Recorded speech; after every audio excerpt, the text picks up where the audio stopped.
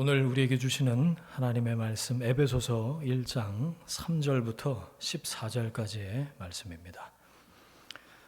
에베소서 1장 3절에서 14절까지의 말씀 우리 한 목소리로 봉독하겠습니다.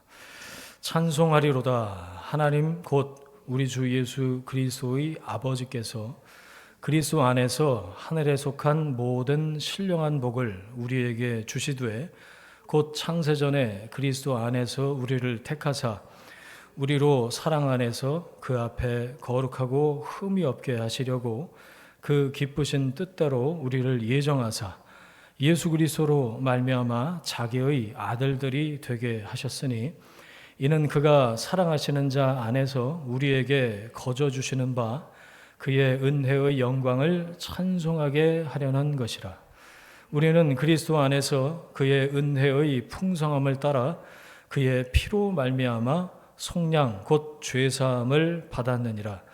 이는 그가 모든 지혜와 총명을 우리에게 넘치게 하사 그 뜻의 비밀을 우리에게 알리신 것이요 그의 기뻐하심을 따라 그리스도 안에서 때가 찬 경륜을 위하여 예정하신 것이니 하늘에 있는 것이나 땅에 있는 것이 다 그리스도 안에서 통일되게 하려 하심이라. 모든 일을 그의 뜻대 결정대로 일하시는 이의 계획을 따라 우리가 예정을 입어 그 안에서 기업이 되었으니 이는 우리가 그리스도 안에서 전부터 바라던 그의 영광의 찬송이 되게 하려 하심이라.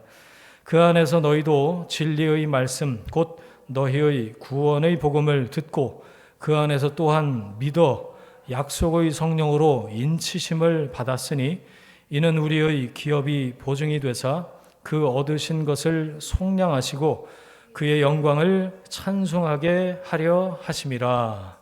아멘. 찬양의 이유라는 제목으로 말씀의 은혜 함께 나누겠습니다. 사도행전 기억나세요?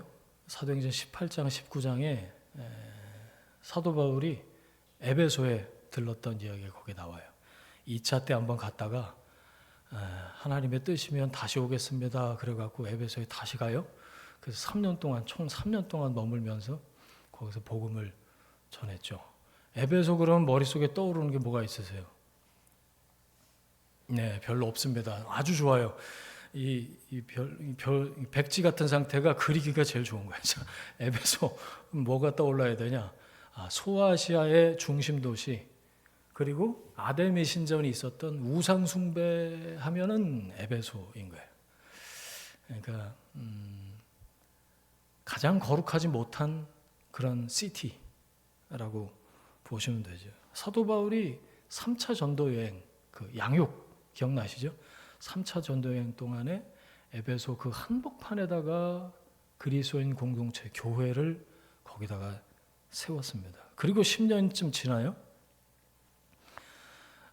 바울이 로마에 있는 감옥에 갇힙니다. 10여 년 전에 자기가 가르쳤던 복음을 선포했던 그 에베소 성도를 향해서 바울이 감옥에서 펜을 듭니다.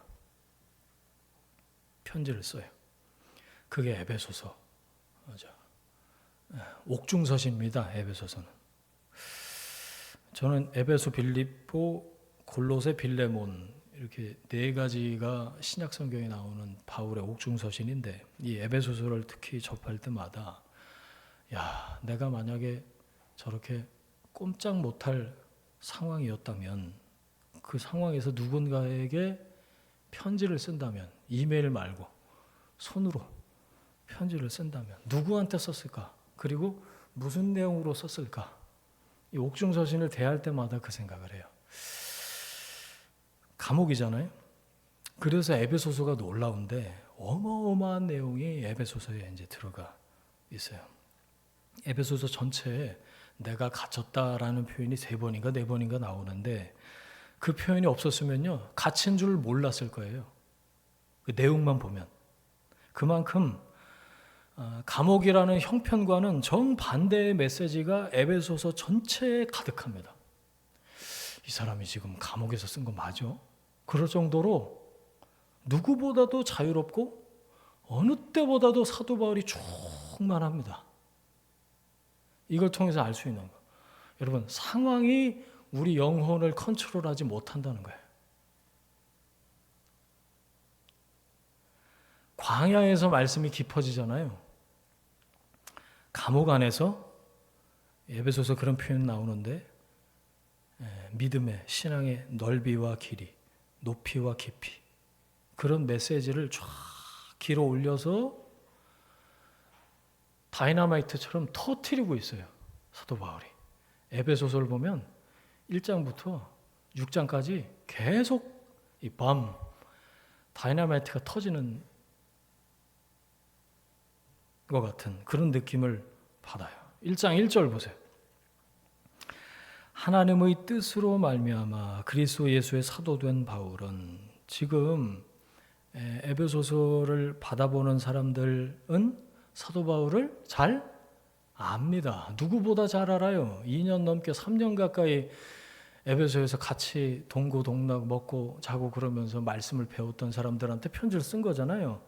그런데 굳이 사도 바울이 자기 소개를 하고 있어요. 1장 1절에. 나 바울이요 그러면 될 거를 자기가 누군지를 지금 자기소개서를 쓰고 있는 거예요.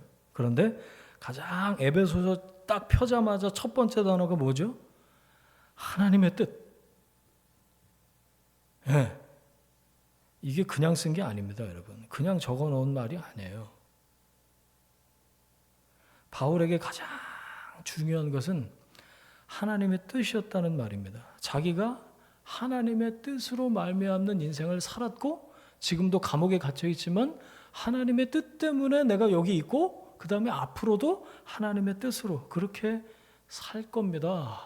이런 고백이 1장 1절에 담겨져 있는 거예요. 하나님의 뜻으로 말미암아 그리스도 예수의 사도된 나 바울은. 이 에베소서의 첫 단어 하나님의 뜻을 좀 묵상해 볼까요? 여러분의 삶은 이 하나님의 뜻과 어떻게 연관이 되어 있습니까? 하나님의 뜻은 저기 멀리 있다가 가끔씩 한 번씩 컨택이 되는 그런 건가요? 나한테 하나님의 뜻은 뭘까요? 하나님의 뜻대로 한다. 뜻대로 사도가 됐다. 바울이 자기를 이렇게 소개하고 있는데 내가 하나님의 뜻대로 하는 일은 뭘까? 좀 멀어요? 제가 가깝게 한번 말씀드려볼게요. 여러분, 하나님의 뜻대로 밥을 먹습니까? 그럼 어떻게 먹는 거예요 도대체? 한술 뜨고 기도하고 한술 뜨고 기도하고 그러는 거예요? 하나님의 뜻대로 밥을 먹습니다. 또 하나, 여러분 하나님의 뜻대로 연휴를 보내고 계십니까 지금? 내일 모레까지 하나님의 뜻대로 연휴를 보내는 건 어떻게 하는 거예요? 빨간 날이지만 묵상을 빼먹지 않고 이렇게 하는 거예요. 하나님의 뜻대로. 하나님의 뜻대로 친구 좀 만나셨어요? 친지, 가족들, 하나님의 뜻대로.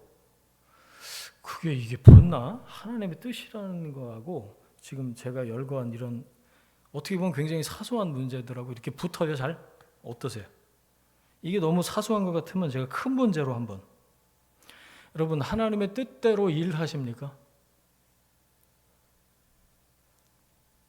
좀 더 하나님의 뜻대로 결혼을 한 걸까요? 아니라고 하면 곤란해요 지금. 이미 하신 분들. 하나님의 뜻대로 취업을 합니까? 하나님의 뜻대로 이사를 갑니까? 좀 큰 거. 자, 들으니까 여러분 어떠세요? 사소한 거야. 뭐 사소하니까 내가 하고, 큰 거는 주님 바쁘시니까 큰 건 내가 하고. 그러면 하나님의 뜻과 나는 무슨 상관이에요 도대체? 일생 하나님의 뜻과는 상관없이 그냥 사는 거 아닌가? 일상을 사는 나에게 하나님의 뜻은 무슨 의미일까? 여러분, 우리는 저마다 자기 계획으로 가득 차 있어요. 설령 예수님이라고 해도 어떻게 보면 비집고 들어오실 틈이 없어. 내 계획으로 꽉 차 있어서. 그러면서 뭐라고 기도하죠? 하나님 함께 해주세요 제발. 이렇게 기도한단 말이에요. 하나님 어디로 들어와서 함께 하실 거예요? 하나님이 내 뒷공문에 매달리셔야 돼요? 그리스도인은 매사에, 범사에, all circumstance, 하나님의 뜻을 여쭙는 게 당연한 사람이에요. 그분이 주인이시니까요. 아멘이십니까? 여러분 물어보고 듣고 그리고 결정해야 돼요. 그 뜻에 나를 맞춰야죠. 연애할 때 아득하시죠? 연애할 때 사랑하는 사람의 뜻이 얼마나 소중합니까? 그렇죠?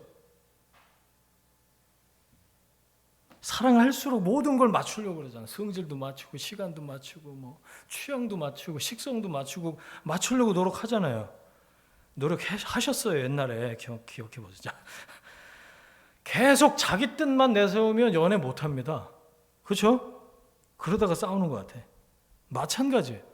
하나님의 뜻보다 자기 뜻이 더 중요하면 그 사람은 신앙생활에 별로 마음이 없는 사람이에요. 여러분의 삶에 하나님의 뜻은 어떤 의미입니까? 여러분 그분의 뜻과 마음이 진짜 궁금하셔요? 그러면 엎드리세요.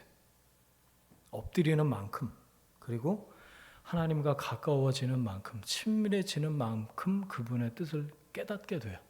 그러면 물어보지 않아도 알아요. 알아서 내가 알아서 합니다. 알아서 하나님의 뜻대로 밥 먹고 알아서 하나님의 뜻대로 중요한 결정도 하고. 여러분 하나님의 뜻에 연결되어 있으시냐 그거예요. 연결되어 있는 사람이 감옥에서 쓴 거예요. 하나님의 뜻으로 말미암아 사도된 나 바울은 이렇게 씁니다. 늘 하나님께 접속되어 있으시기를 주님의 이름으로 축원합니다.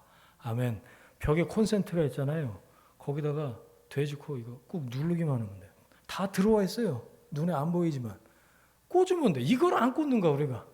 여러분 접속되어 있으셔야 돼. 엎드리십시오. 주님께 가까이 나아가시는 거예요. 하나님을 가까이 하라 그러셨어요. 하나님의 뜻이 제 삶 가운데 아주 사소한 것에서부터 커다란 것에 이르기까지 하나님 꽉 채워놓고 하나님 오십시오 이게 아니고 하나님이 주인이십니다.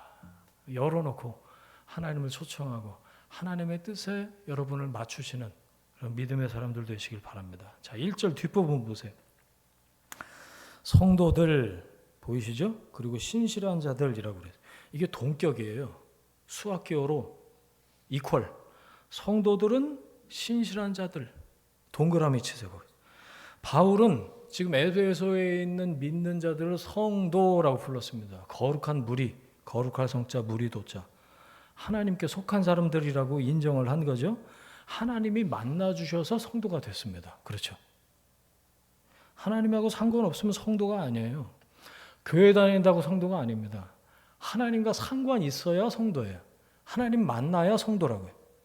거룩하신 분이 나를 부르셔서 내가 교회가 된 거예요. 누구누구야 이리 와봐. 그래서 내가 교회가 된 거라고요. 성도로 번역된 이 헬라어 하기오스라는 단어 거룩하다라는 뜻인데 거룩한 사람들이 지금 어디 있죠? 가장 거룩하지 못한 도시에 있어요. 에베소에. 그러니까 문제가 생기는 거예요. 거룩한 사람들이 거룩하지 않은 곳에서 살려니까 문만 열면 문제가 생기는 거예요. 문만 나서면 신앙과 관계없는 믿음과 관계없는 거룩하지 못한 모습하고 계속 부딪히고 부대껴야 된다라는 그런 상황이라는 거예요. 신앙을 얘기하면 문 열고 나가서 신앙을 얘기하면 조롱을 받습니다. 그런 환경에서 그 사는 그 성도들한테 쓴 편지가 에베소서예요. 그러니까 뭐냐면 우리한테 하나님이 바울을 통해서 우리 보라고 적어놓으신 거룩하지 않은 세상에서 거룩하게 사는 사람들이 이 편지의 수신자였다. 우리가 성도고 우리가 이 편지의 수신자. 우리가 사는 세상이 거룩하지 않다는 뜻이죠. 거기서 불러냄을 당한 사람들, 우리가 교회로 부름을 받았다라는 겁니다. 여러분, 옛날에는 설교 시간에도 라떼 하는 게 아니고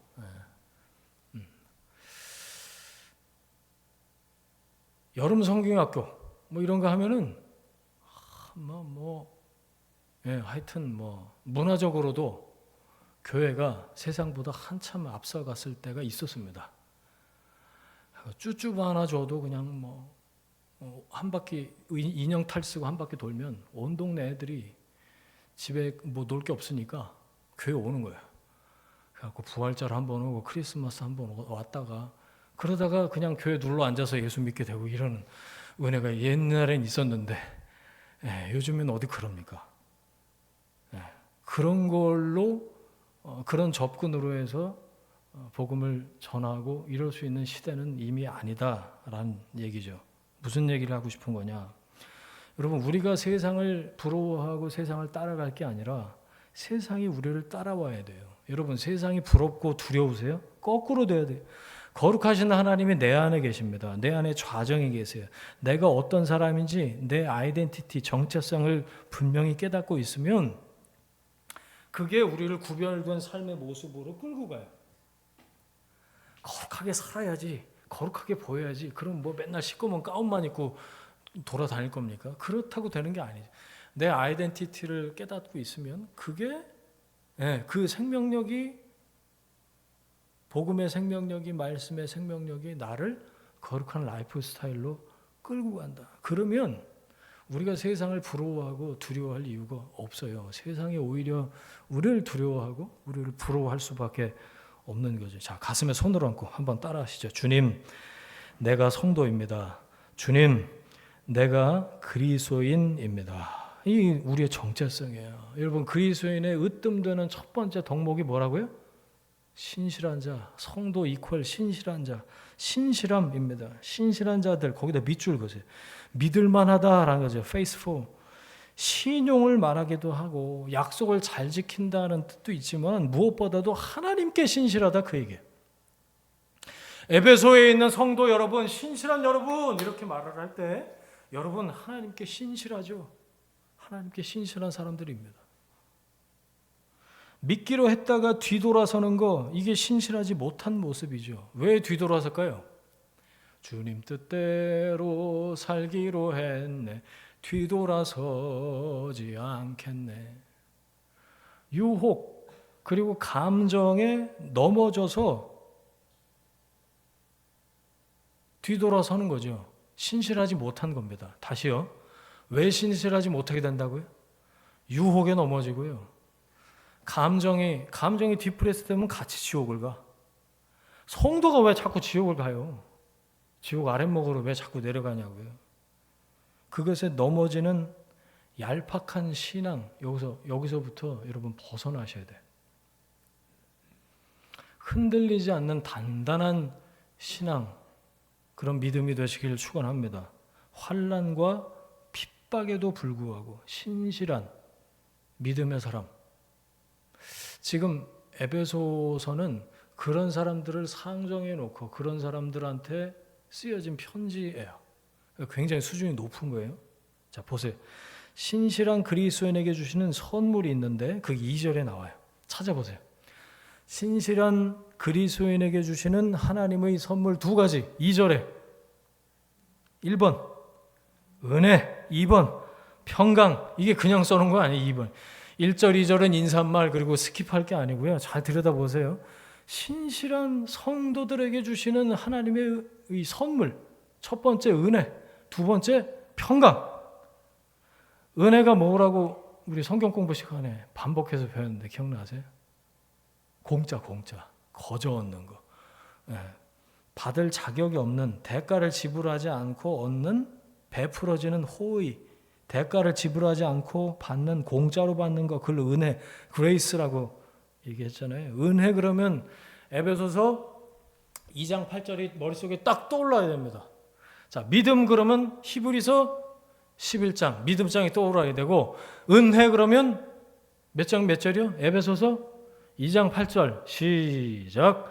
너희가 그 은혜에 의하여 믿음으로 말미암아 구원을 얻었나니 이것이 너희에게서 난 것이 아니요 하나님의 선물이라. 아멘. 은혜에 의하여 믿음으로 말미암아 구원을 얻었는데 이게 너희가 열심히 해서 대가로 받은 게 아니고, 대가를 치러서 받은 게 아니고 하나님의 선물이라. 아멘. 우리가 받아서 누리고 있는 모든 것이 은혜입니다. 모든 것이 은혜. 그냥 하는 노래가 아니에요. 진짜 다 은혜예요. 하나님이 다 주셨으니까 우리가 그나마 이나마 이렇게 누리고 있는 거예요. 은혜에 의하여. 그 중에서도 가장 큰 은혜가 뭐라고요? 구원. 가장 큰 은혜인 줄 믿습니다. 가장 큰 은혜. 그렇게 하나님하고 화목하게 된 사람, 올바른 관계가 된 사람, 의롭게 된 사람이 누리는 상태가 평강이라는 거예요. 평안, 샬롬.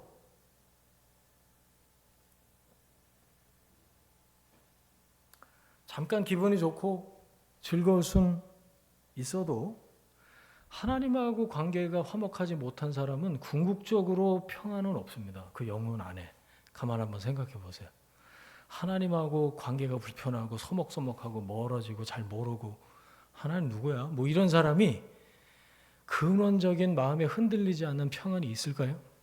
언제나 불안하고 언제나 두렵고 앞으로 어떻게 될지 깜깜하고, 여러분 인생의 고통과 광풍 속에서도 흔들리지 않는 편안함? 침대 CF가 생각이 나는데, 흔들리지 않는 평안은 하나님과 올바른 관계에서부터 옵니다. 평안하십니까? 제가 이렇게 금요일마다 이렇게 여쭙잖아요. 하나님하고 사이가 좋으십니까? 그걸 물어보는 거예요. 그리고 여러분 이 자아와 영혼육의 평안이 있는지를 여쭙는 거고, 이웃과 세상과 평화 그게 있으신지를 여쭙는 거예요. 그걸 영혼육의 홀리스틱한 전적인 평안을 샬롬이라고. 그래서 이 이스라엘 사람들은 지금도 문 열면 샬롬이라고 인사를 하는데, 은혜 때문에 샬롬이 있다. 이걸 기억하세요. 그래서 여러분 이 순서를 한번 보세요. 무엇보다 그러니까 우리가 구해야 될 게 뭐냐면 은혜를 구해야 된다.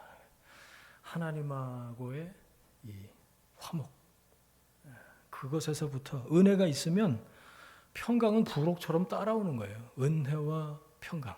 하나님 은혜를 허락해 주십시오. 그 은혜가 없이는 내가 못 살겠습니다.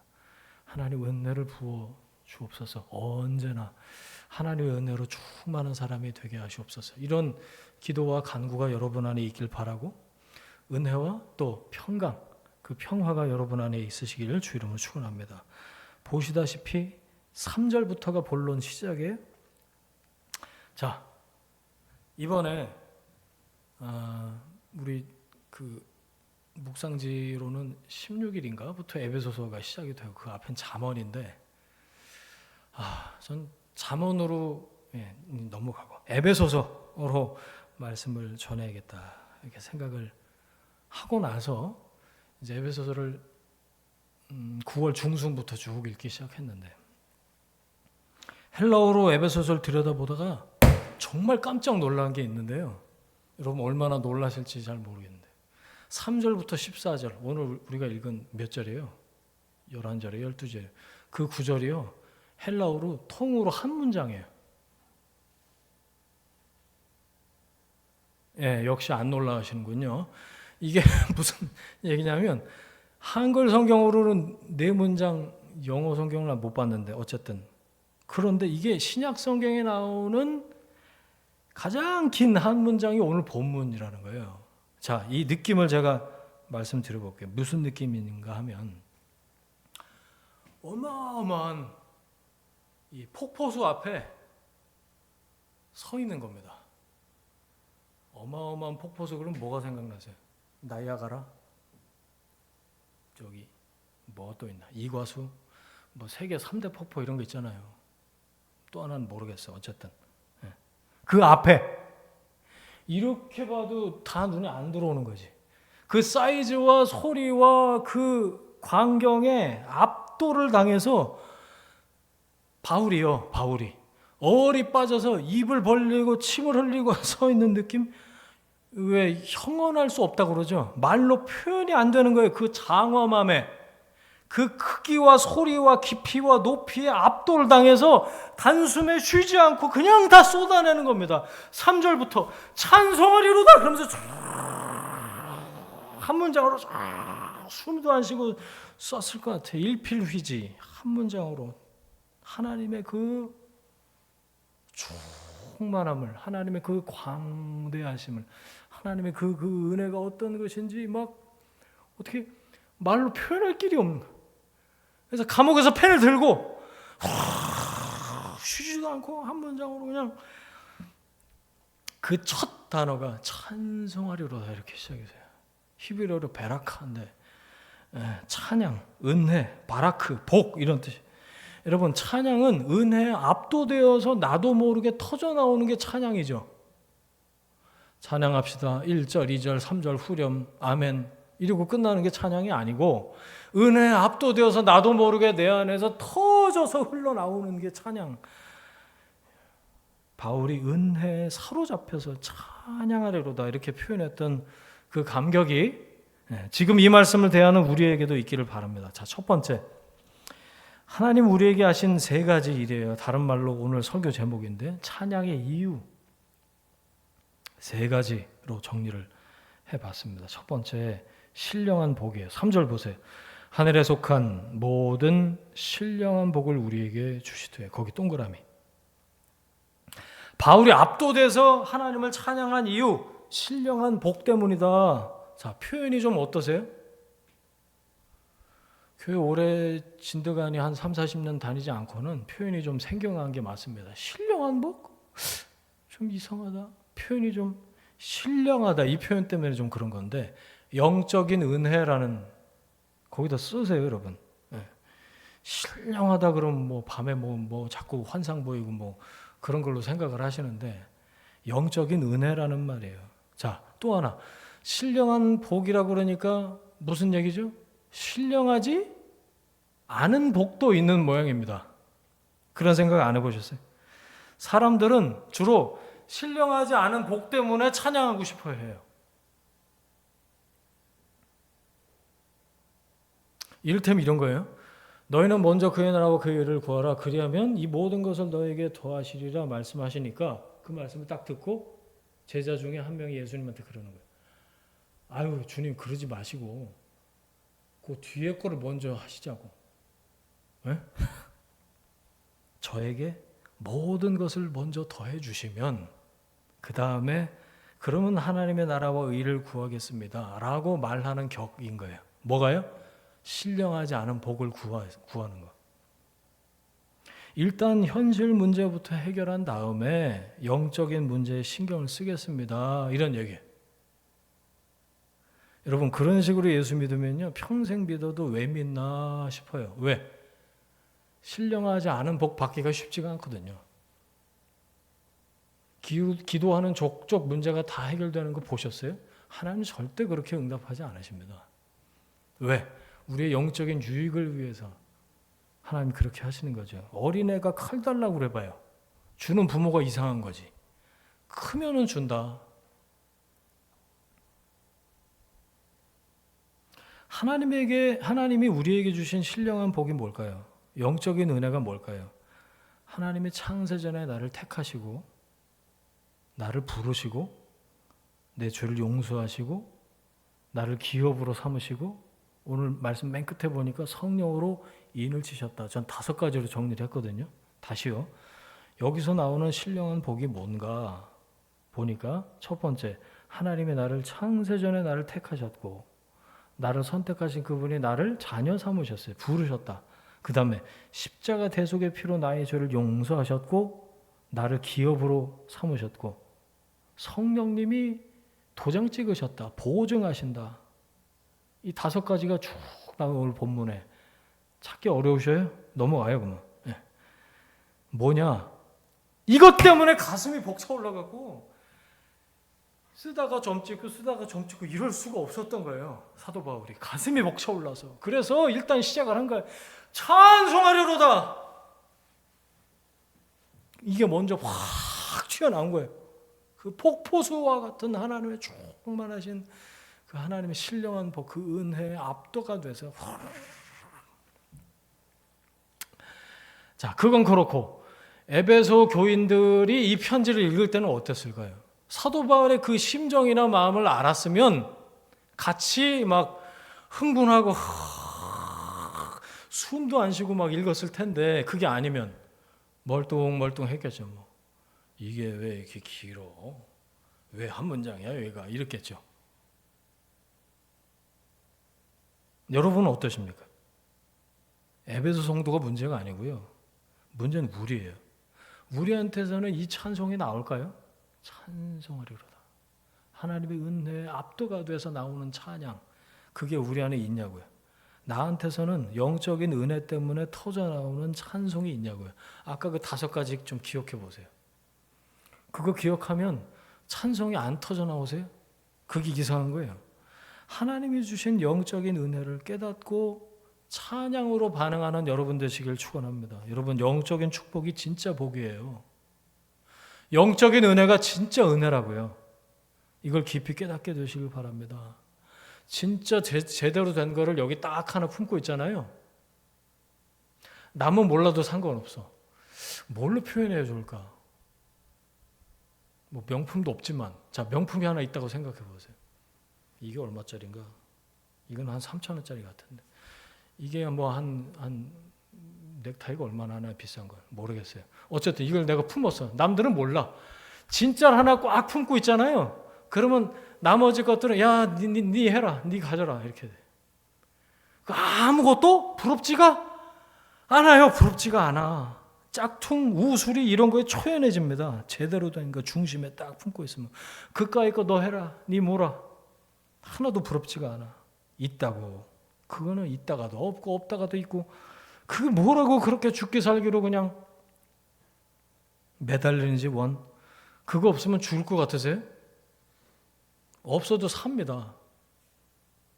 두려워하지 마세요. 오늘 있다가 내일 아궁이에 던져질 들풀도 하나님이 입히시거든. 하물며 너일까 보냐. 그리고 나서 하는 말이 먼저 그 나라와 그 일을 구하라. 순서가 그래요. 주님이 다 입히시고 아멘 먹이시고 채우시고 책임지시는 줄 믿으시길 바랍니다. 여러분 의심하고 두려워하고 부러워하면요 그분이 아버지가 아닌 거예요. 네? 거꾸로 생각해 보세요. 딴 사람이 아버지인 거지. 하나님 아버지 그랬으면 세상에 두려울 게 없어요. 하나님의 아버지시면 세상에 부러울 게 없다고. 두려워하고 불안해하는 우리에게 아버지가 말씀하십니다. 하물며 너희일까 보냐. 하물며 너희일까 보냐. 너희는 이것들보다 귀하지 아니하냐. 아버지 하나님이 책임지시지 않으실 이유가 없어요. 여러분을 절대로 포기하지 않으시는 줄 믿으시길 바랍니다. 자, 5절 보세요. 기쁘신 뜻대로 예정하사 거기다 밑줄. 이게 찬양의 이유 2번째예요. 예정이라고 그러니까 또 장로교에서 또 예정론 뭐 그러는데 쉬운 말로 하나님의 계획, 마스터 플랜이라고 적어 놓으시면 돼요. 메시지 성경으로 제가 거기를 읽어 드릴게요. 하나님께서는 예수 그리스도를 통해 우리를 자녀로 작정하셨습니다. 이 계획을 세우시면서 하나님이 얼마나 기뻐하셨는지 모릅니다. 이렇게 써놨어요. 이 유진 피터슨 이 할아버지 돌아가셨는데 야, 참 의역을 참 잘하셨다. 메시지 성경 특히 바울 서신 읽을 때마다 전 메시지 성경을 개인적으로 많이 참고를 하는데 하나님이 여러분을 자녀 삼기로 작정하시면서 마음이 얼마나 기쁘셨는지 모릅니다. 이렇게 표현해놨어요. 그래서 아까 그 찬양한 거예요. 스바냐 3장 17절인가? 너의 하나님 여호와가 그는 구원을 베푸시죠. 그가 너로 인하여 기쁨을 이기지 못하시며 아니 그러실 이유가 뭐예요? 하나님이 나 때문에 기뻐하시는데 그 기쁨을 못 이기신대 하나님이. 세상에 성경에 그런 표현이 있어요. 내가 뭐라고?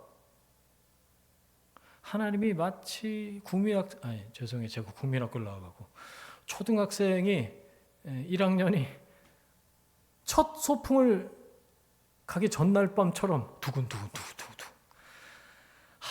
내가 너를 이 땅에 태어나게 하고 부르고 택해서 자녀 삼기로 작정하셨을 때부터 하나님이 어떤 감정? 네. 하나님이 기쁘셨다고요. 여러분을 생각하면서 하나님이 기쁘셨대요. 내가 너를 자녀 삼기를 참 잘했구나. 여러분 그런 삶을 살아야 되지 않겠습니까? 그러면 그게 효도예요. 그게 하나님이 우리를 자녀 삼으신 이유 뭘까요? 사랑하기 때문에. 그런 찬송가도 있죠. 사랑하기 때문에. 거기 보니까 예수님이 하나님의 독생자신데 본문이 하나님이 우리를 자기의 아들들이 되게 하셨다 나오죠. 예수님이 친자시고 우리는 양자. 비유해 보면 그렇게 나와요. 자식을 입양했다고요. 왜요? 사랑해서. 예상치 못한 입양은 없습니다. 다 준비해서 사랑하기로 작정한 다음에 입양하는 거죠. 출생 경로는 달라도요. 친자하고 달라도 법적인 지위는 똑같습니다. 양자가. 어마어마한 일이 나를 위해서 준비되고 실행된 거예요. 하나님이 나를 자녀로 삼으실 계획을 세우면서 기뻐하셨다. 말씀드렸어요. 그걸로 끝나면 안 된다고요. 하나님의 기쁨에 합당하게 하나님 계속해서 기뻐하시도록 야, 내가 너를 자녀 삼길 참 잘했구나. 기쁘다. 여러분, 하나님의 기쁨이 곧 나의 기쁨인 줄 믿습니다. 예화를 하나만 들게요. 이게 와닿는 예화인지 어쩐지 모르겠는데 어떤 사람이 지하철에서 옆자리 학생한테 5만 원짜리 한 장을 딱 내밉니다. 왜 줄까? 유괴하는 거예요? 뭐예요? 이거 받아. 왜요? 그냥 받아. 왜 주시는데요? 이유는 없어. 필요한데 써. 10월 1일이잖아. 말도 안 되는 얘기인데 예를 드는 거예요. 그냥 준다니까. 고맙습니다. 그러고 받았어요. 그 사람이 얘기해요. 준 사람이. 정말 고마워? 당연히 고맙죠. 그래. 그게 내가 너한테 준 이유야. 고마워하라고 준 거야. 끝. 엉뚱한 얘기 같죠. 6절이 말하자면 그런 식이에요. 6절이. 보세요. 우리가 하나님의 영광을 찬송하는 게 하나님이 우리를 값없이 구원하신 목적이다. 라는 게. 나 같은 죄인 살리신 주 은혜 놀라워. 하는 게 없었어요. 한 게 없었고 앞으로도 할 게 없어요. 그냥 놀랍습니다, 주님. Amazing grace. 그 주님의 은혜 때문에 이제 주님을 찬양합니다. 끝. 뭐가 없어요. 여러분, 그 성경 구절 기억나세요? 이사야 4:3-1 이 백성은 내가 나를 위하여서 지었나니 나를 찬송하게 하려 하며. 하나님 우리를 지으신 목적 거기 나와요. 이사야 4:3-1 4:3-2-1 외우기도 쉬워. 이 백성은 내가 나를 위해서 지었나니. 하나님이 하나님을 위해서 나를 만드셨대요. 왜? 나의 찬송을 부르게 하실. 그러니까 우리 존재의 목적은 하나님을 찬송하는 거예요. 하나님의 영광을 높여드리기 위해서 우리가 존재하는 거예요. 고린도전서 10장 31절에 그런즉 너희가 먹든지 마시든지 무엇을 하든지 다 하나님의 영광을 위해서 해라. 그랬어요. 모든 삶의 목적이 하나님의 영광이라는 그 아시안 게임 요즘 보세요. 오늘인가 내일인가 양궁 시작하는데 하나님의 영광이라는 관역이 있어요. 그거를 명중시키기 위해서 우리가 산단 말이에요. 그거 벗어나면 뭐죠? 하마르티아, 죄. 하나님의 영광이라는 관역을 벗어나는 게 죄예요. 우리는 먹든지 마시든지 무엇을 하든지 하나님의 영광을 위해서 하는 거. 적용해 볼까요? 여러분, 하나님의 영광을 위해서 먹습니까? 하나님의 영광을 위해서 마시세요? 하나님의 영광을 위해서 출근합니까? 하나님의 영광을 위해서 운동하십니까? 내가 하나님의 영광이라는 목표를 향해서 걷는 거, 그게 하나님이 받으시는 찬송이라고요. 꼭 멜로디에 담아서 악기 연주하면서 노래로 불러야 찬송이 아니라 하나님의 영광이라는 그 관역을 명중시키기 위해서 우리 삶의 신앙의 길을 걷는 것, 그 자체를 하나님을 향한 찬송, 영광의 찬송으로 봐주신다. 언제 어디서 무엇을 하든지 하나님만 찬양하고 높이는 여러분 되시길 주 이름으로 축원합니다. 하나님은 우리가 하나님을 기뻐하시는 것을 기뻐하실 뿐이에요. 우리한테 뭘 바라시는 게 없으셔요. 놀랍죠?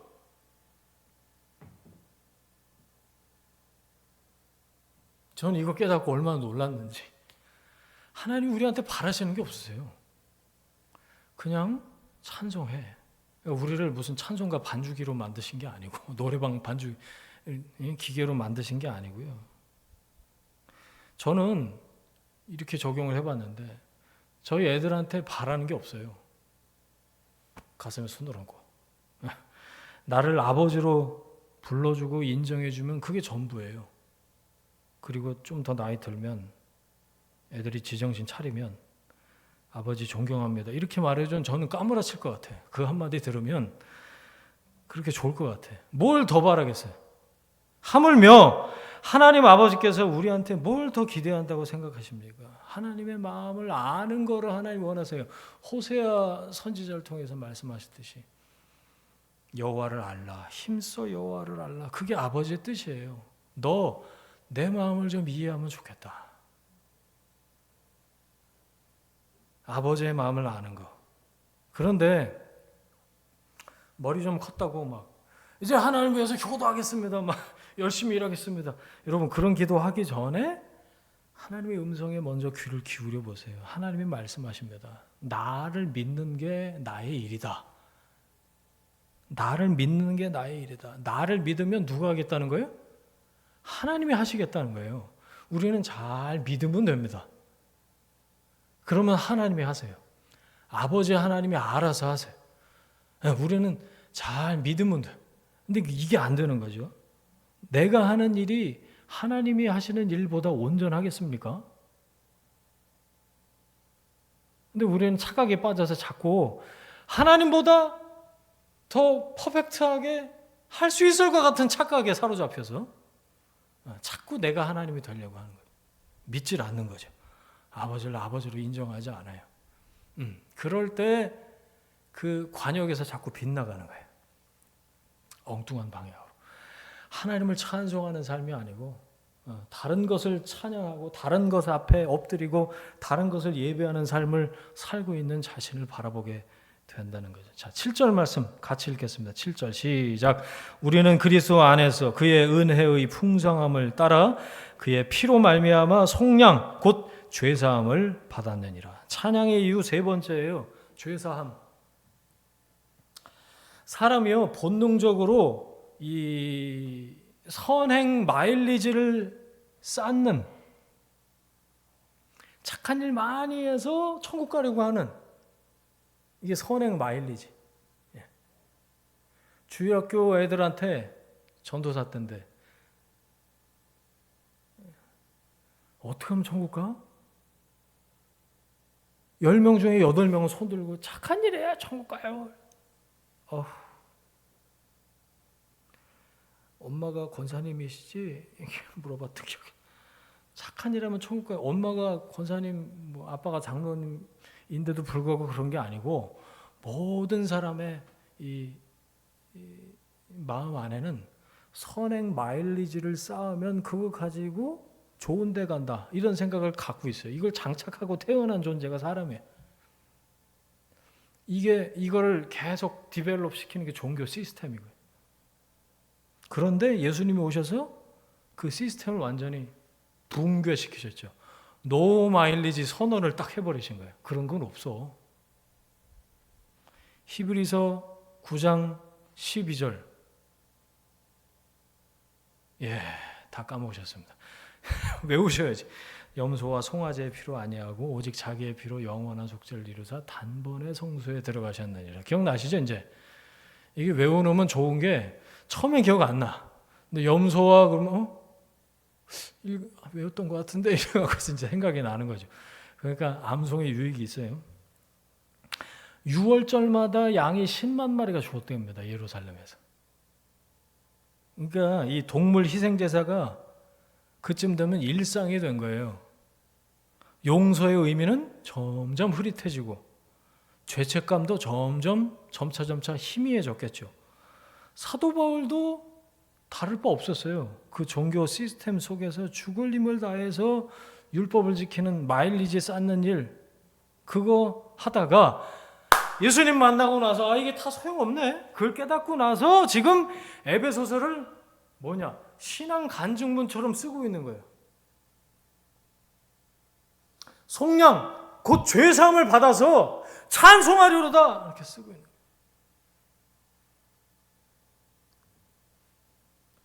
여러분, 죄사함 받은 존재, 나는 그리스도의 피로 죄 용서 받았다, 이걸 아는 게 복이에요. 너는 무죄야, 너는 해방됐어, 이걸 깨달은 너는 이미 영적인 은혜, 신령한 복을 받았다. 그래서 더 이상 우리가 죄의 습성으로 돌아가지 않는 것, 과거에 묶이지 않는 것, 죄사함 받은 사람의 얼굴빛은 환한 거죠. 파운데이션 22호 이렇게 써서 환해지는 게 아니고, 은혜를 깨달은 사람은 얼굴빛이 달라요. 예배를 드렸는데도 얼굴이 흑빛이다. 둘 중에 하나가 잘못된 거예요. 예배가 잘못됐든지 그 얼굴이 잘못됐든지. 옆 사람 흘끔 보세요. 얼굴 색깔이 어떤가. 문제가 있습니까? 자, 다윗이 그만 보세요. 자, 앞에 보세요. 다윗은 이 죄 용서받는 게 얼마나 큰 기쁨인지를 알았잖아요. 엄청난 죄를 짓고 나서 시편 51편에 보면 이렇게 말을 해요. 하나님이여, 주의 인자를 따라 내게 은혜를 베푸시며 주의 많은 긍휼을 따라 내 죄악을 지워주소서.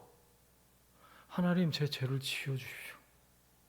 31편 1절에 보면 또 이렇게 말해요. 여호와여, 내가 주께 피하오니 나를 영원히 부끄럽게 하지 마시고 주의 공의로 나를 건지소서. 이 표현이 뭐냐면요,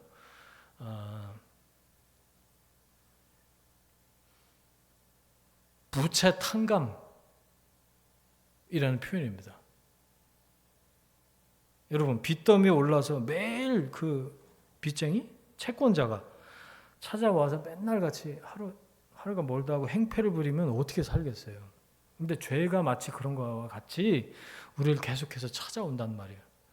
갚을 수 없는 이 빚으로부터 풀려나는 것, 이게 죄로부터 풀려나는 것과 똑같다. 헬라어에서 그래서 죄와 빚은 같은 단어를 써요. 주기도문에 나를 주기도문 외운 지 오래돼갖고 다 까먹었네. 죄악에서 우리를 건져주십시오, 이렇게 번역을 해놨는데 한글로는 이게 부채를 탕감해 주셔서 그런 말이에요. 무슨 뜻이냐?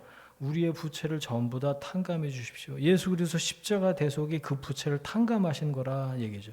여러분, 죄로부터 건짐을 받게 되면요, 7절 읽었죠? 그 뒤에 보면 분별력이 생겨요. 자, 그럼 뒤 정리해 보면 이거예요. 왜 분별력이 안 생기나? 요즘 중요한 결정을 앞두고 분별력을 위해서 혹시 기도하고 계십니까? 먼저 선행돼야 될 게 있다는 거예요. 죄 문제. 죄로부터 건짐을 받아야 비로소 분별력이 생긴다. 빚에 쪼들리면요, 정상적인 판단을 할 수가 없어요. 죄가 없어야 분별이 가능합니다. 여러분, 먼저 죄 문제, 거룩함의 문제를 푸셔야 돼. 하나님과 올바른 관계 안에, 친밀한 관계 안에 거룩함에 집중하셔요. 그럴 때 분별력이 생겨요. 바울이 그걸 경험하고 나서 쓴 게 8절이에요. 8절. 이는 그가 모든 지혜와 총명을 우리에게 넘치게 하사. 자, 지혜와 총명 동그라미. 위로부터 오는 거예요. 지혜와 총명이. 지혜는 분별력이고 총명은 이해력이라고 볼 수 있어요. 분별력과 이해력이 어디서부터 온다고요? 위로부터. 야고보서 1장 17절에 이런 말씀이 있어요. 온갖 좋은 은사와 온전한 선물이 다 위로부터 빛들의 아버지께로부터 내려오나니 그는 변함도 없으시고 회전하는 그림자도 없으시니라. 빛을 창조하신 아버지께 나아가면 위로부터 그 빛들의 아버지께로부터 온갖 좋은 것, 온전한 선물이 내려온다고요. 온전한 선물을 받아서 누리는, 분별하는 여러분이 되시길 축원합니다. 자, 9절 보세요. 자, 빨리빨리 갈게요. 비밀이라는 말 나오죠? 거기다 영어로 쓰세요. 미스테리. 예, 시크릿이 아니고 미스테리인데, 시크릿하고 미스테리 차이가 뭘까요? 미스테리는 드러나 있지만 모르겠는 거예요. 다 답까지 알려줬어. 그런데 몰라. 이게 미스테리. 성경에 나오는 비밀은 그 단어를 쓰고 있어요. 미스테리온. 그래서 시크릿이 아니야. 감춰져 있지 않습니다. 다 드러나 있어요. 그런데 깨달음이 임해야 알아먹어. 그래서 비밀이에요. 창세기 3장부터 이 비밀이 시작됐어요. 기억나시죠? 때가 되면 여자의 후손이 뱀의 머리를 깨트릴 거다. 이게 뭔 소리예요? 우리는 알죠. 이해하는 말씀이죠. 그게 우리는 경험했고 앞으로도 경험할 거예요. 비밀을 우리에게 알려주신 거예요. 그게 때가 찬 경륜. 거기로 나와요. 경륜 그러면 이게 사이클이 아니고요. 경륜 찾으셨어요? 섭리. 예, 비슷한 말이에요.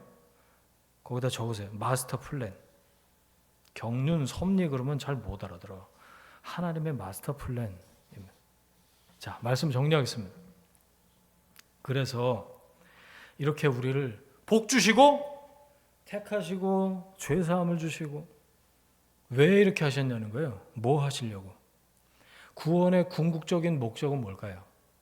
10절입니다. 10절 시작.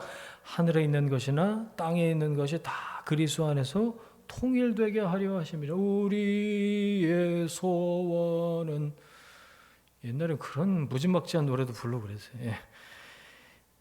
인간의 죄 때문에 땅이 저주를 받았죠. 우리 창세기 공부했잖아요. 사람이 구원받아야 이 땅도 회복이 돼요. 사람이 구원받아야 하늘도 회복이 돼. 만물의 통일입니다. 만물의 통일. 우리가 구원받으면 그리스도인 하나님의 사람들이 이 죄사함을 받을 때 그 모든 구원, 만물의 통일을 이루어서 그리스도 안에서 이게 통일되는 거 하나님이 그걸 보고 싶어 하신다. 그 다음에 11절 12절이에요. 시작. 모든 일을 그의 뜻대로 결정하시는 일하시는 이의 계획을 따라 우리가 예정을 입어 그 안에서 기업이 되었으니 이는 우리가 그리스도 안에서 전부터 바라던 그의 영광의 찬송이 되게 하려 하심이라. 그의 영광의 찬송. 거기다 밑줄, 박스, 동그라미, 빡빡빡. 영광의 찬송. 그래서 생각난 말씀이 스바냐 3장 17절이에요. 거기 옆에 쓰세요. 스바냐 3장 17절. 너 때문에 내가 즐거워서 기쁨을 감추지 못하겠다. 하나님 그렇게 말씀하시는 거죠. 여러분의 삶이 하나님께 영광의 찬송이 되는 것, 그게 하나님의 기쁨입니다. 그게 하나님의 마스터 플랜의 끝. 13절, 14절 보세요. 근데 이걸 어떻게 이루어가냐고요. 그래서 약속의 성령으로 인치셨다. 도장을 찍으셨다. 보증이 되셨다. 그런 뜻이에요. 이게 뭐냐면 계약금 걸었다. 이 뜻이에요. 제가 그냥 하는 말이 아니고 헬라어의 뜻이 그래요. 하나님의 성령을 우리를 위해서 보내주셨어요. 이건 계약금 건 거나 마찬가지다. 그 뜻이에요. 아직 이루어지지 않았지만 하나님이 이루실 거라는 계약금을 걸어놓으신 거예요. 나한테 성령이 오시면 너는 내 자녀다. 내가 너를 구원했다. 내가 너를 이미 하늘에, 에베소 2장이 나왔지만 하늘에 너를 앉혔어. 그래서 시작이 되는 거예요. 성령의 인치심. 성령이 우리 안에 오신 거를 성령이 인치셨다. 도장을 찍으셨다. 이렇게 표현해 놓은 거예요. 첫 번째 이게 뭐냐면 소유의 의미예요. 여러분 도장 찍었어. 내 거다 이 뜻이에요. 너 내 거다. 내가 끝까지 너 책임진다. 그래서 도장을 찍으시는 거고, 성령의 인치심 두 번째는 안전하다 그런 의미예요. 내가 너를 보호하고 케어한다 라는 뜻으로 성령이 오셔서 도장을 찍으신 거예요. 세 번째, 불변의 의미예요. 하나님이 한 번 도장을 찍으시면 변하지 않아요. 이 계약은 하나님이 계약금 지불하신 거는 유효하고 변하지 않는다. 영원히 변하지 않는 약속의 의미로 성령을 주셨다라는 거죠. 끝난 거예요. 그래서 하나님이 여러분 예정하셨습니다. 계획하셨어요. 하나님 마스터 플랜을 가지고 여러분을 구원하셨고 영적인 은혜를 주셨고 죄를 용서해 주셨고 이것 때문에 마땅히 우리 안에서 뭐가 터져나와요? 찬양이, 영광의 찬송이 터져나오는 거죠. 예. 내가 하나님의 영광의 찬송으로 살아야 될 까닭이 이 에베소서 1장 3절부터 14절에 기록이 되어 있는 거예요. 여러분의 삶을 통해서 하나님은 영광을 받아내시고야 말 겁니다. 여러분이 지금 어떻게 살고 어떤 생각을 가지고 어떤 과정을 거치고 있든지에 상관없이 하나님은 여러분의 삶을 통해서 영광을 받아내시고야 말 거예요. 그게 하나님이 여러분을 만드신 이유이시기 때문에. 그래서 세상 끝날까지 성령으로 함께 하실 겁니다. 여러분, 하나님의 그 마스터 플랜을 하나님께서 이루실 때까지 하나님 여러분 절대로 떠나지 않으실 거예요. 여러분을 꽉 붙들고 계세요. 안전하게, 불변, 변하지 않는 은혜로 넌 내 거야 라고 소유의 의미로 도장을 꽉 찍으셨다. 그 성령의 인도하심을 따라서 여러분의 삶에서 이 찬양의 이유를 계속해서 발견하는 여러분의 삶이 되시기를 주님의 이름으로 축원을 드립니다. 아멘. 우리 함께 이 시간에 깨달은 말씀, 주신 말씀 붙잡고 합심해서 한번 기도하겠습니다. 함께 기도합니다. 하나님 아버지 감사합니다. 찬양의 이유라는 제목으로 말씀의 은혜를 함께 나눴습니다. 우리를 영광의 찬송이 되게 하시기 위해서 우리를 택하시고 부르시고 하나님 자녀 삼아주신 그리고 죄를 사하신 그 하나님의 영광을 찬양합니다. 사도 바울이 감옥의 그 밑바닥에서도 찬송하리로다 하나님의 그 영광을 깨닫고 그 찬양의 이유를 길어낸 것처럼 하나님 앞에서 우리의 삶을 통해서 하나님 우리가 찬송하는 그 이유를 길어내고 발견해내는 믿음의 사람들 될 수 있도록 인도하여 주옵소서.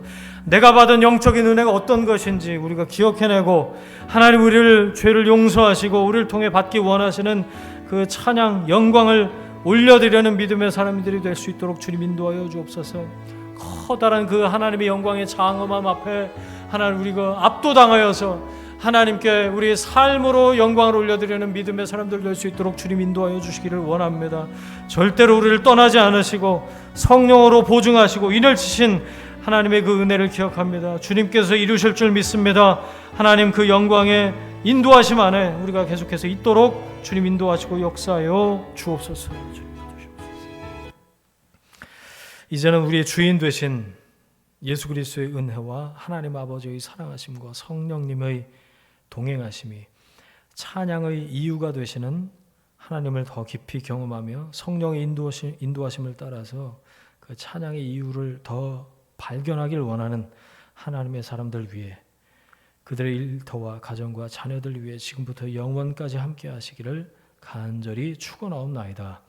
아멘.